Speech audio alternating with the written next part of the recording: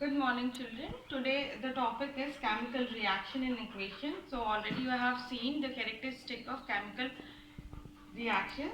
Now we'll see how to balance chemical reactions.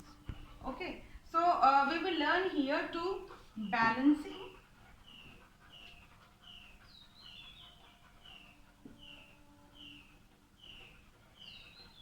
chemical reactions. We will learn this here.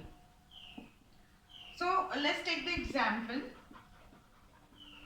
When hydrogen react with oxygen, it gives water. When hydrogen reacts with oxygen, it gives water. So you can see this is reactant, this side is reactant, and this is product.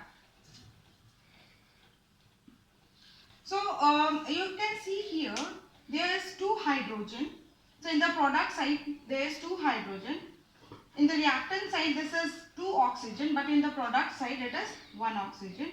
So it cannot happen that in the reactant side the 2 atoms are there, and the product side only 1 oxygen atom is there.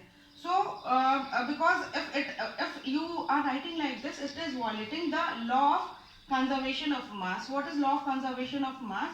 That the any matter cannot be created, not be destroyed. So in the reactant side, suppose the total number of total number of atoms which are present in the reactant should be there in the same number should be there in the product also. So we need to balance the chemical reaction. So the unbalanced chemical reaction is known as skeleton reaction.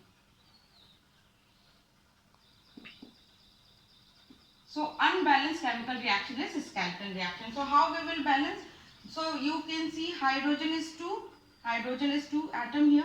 Oxygen is 2, oxygen is 1. We cannot write 2 here because it will become hydrogen peroxide. The compound will get changed. So what we can do, if we will write 2 here, so now you can see hydrogen has become 2, 2 to 4, 2 into 2, 4. So if we will make 2 here, so now see, 4 hydrogen, 2 oxygen. So this is 2 oxygen, the reaction is balanced. Now let's take another reaction. Nitrogen, when react with hydrogen, it gives ammonia. Now try to balance this reaction. How you will balance? Now you can see 2 nitrogen is there, 1 nitrogen atom is there, 2 hydrogen is there, 3 hydrogen is there in the product side. So how you will balance this? So first you balance this nitrogen. If you always try to balance other elements like all metals and non-metals, and after that at last you balance hydrogen and oxygen. At last you balance hydrogen and oxygen. First you balance other elements which are present. So we will balance this later. First we'll try to balance nitrogen. So 2 nitrogen is there, only 1 nitrogen is there. So we can write 2 here. So the nitrogen is get balanced. But hydrogen you can see 3 into 2, 6 hydrogen is there, only 2 hydrogen is there. So let's write 3 here. So your reaction will get balanced.